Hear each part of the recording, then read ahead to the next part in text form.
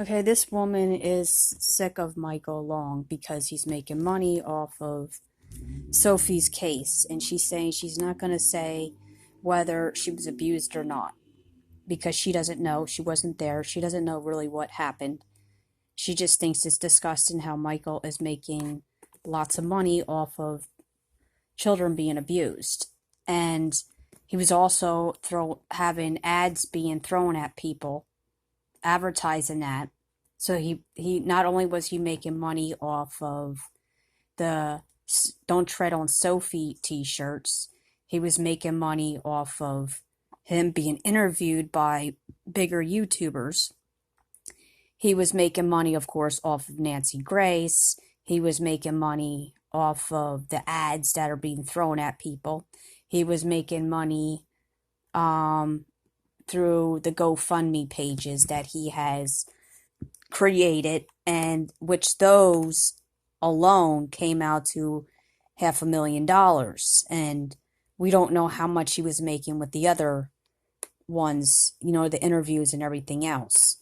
So I just basically said this about her. At least you have a mind to think and can see whether or not she was abused. It is the fact that Michael is using the case to earn a living for it and to gain popularity, to have power to control others through the wealth he has gained through children that were abused. He is no different than what judges, social workers, lawyers, psych docs, and what governors have done. Which, if Sophie was abused, what will happen in her future is she will still become a person who will be a slave to the system for people who were not abused, where those people are treated like they are the victim. All because they have the funding to go to school and be treated like they are the ones who were abused. Those who advocate for children and adults never ever in their lifetime has ever allowed them to just live as good as them, which is immorally wrong on how the whole system is set up.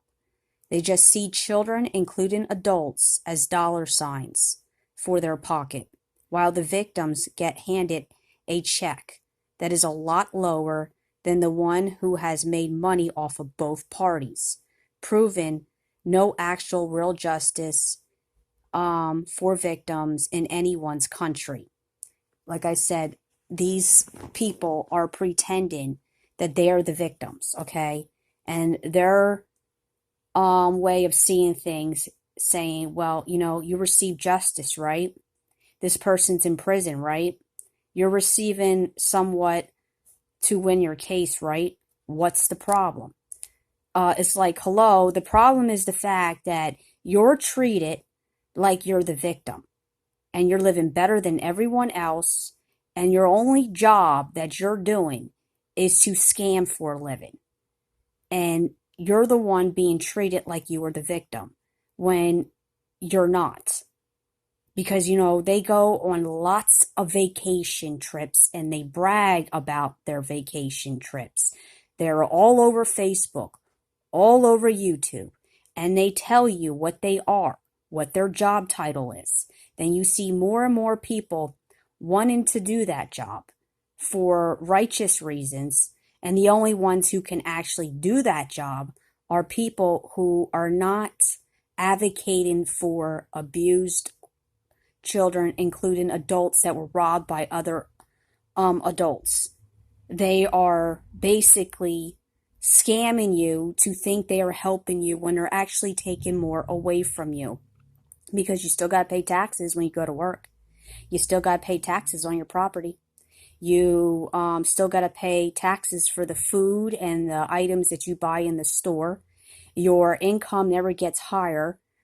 Just the prices in the store get higher. And the only people that can afford to travel all around the world and eat the best of the best food out there are people who have went to school and could afford to go to those schools to advocate for abused children, including adults. How is that fair? How is that right? How is that helping this country? and bringing justice to all. That doesn't make no sense. I mean, people are constantly saying, well, they pay taxes too. Yeah, you also got to understand their income is a lot higher too. It's not the same as yours. It's their income that they get a month is 10 times. It's triple. Okay? Yours is one dinky ass check. Theirs is triple. And they only make a living off of criminals and people that were victims.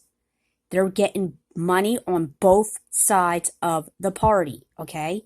They get money out of the victim. They get money out of the criminal. So who's the one being treated like they're the ones that had it hard in life? It's not the criminal. It's not the victim. It's the person in the middle, taking from both sides. How the fuck is that justice?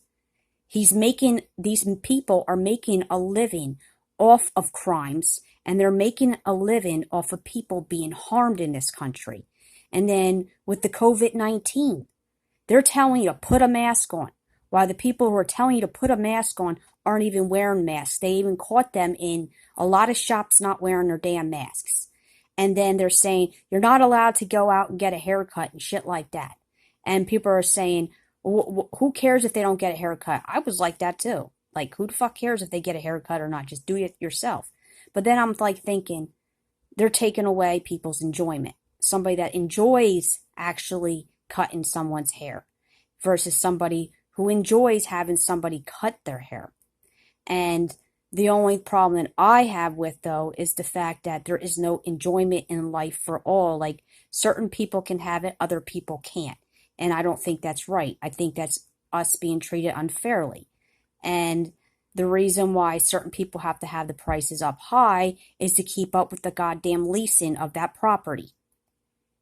I'm looking at all sides, okay? I'm looking at people have to pay property on taxes, people got to pay rent, people got to pay for the mortgage and all that other shit. I'm looking at all that and realizing that you going against somebody that is lower than you is not helping.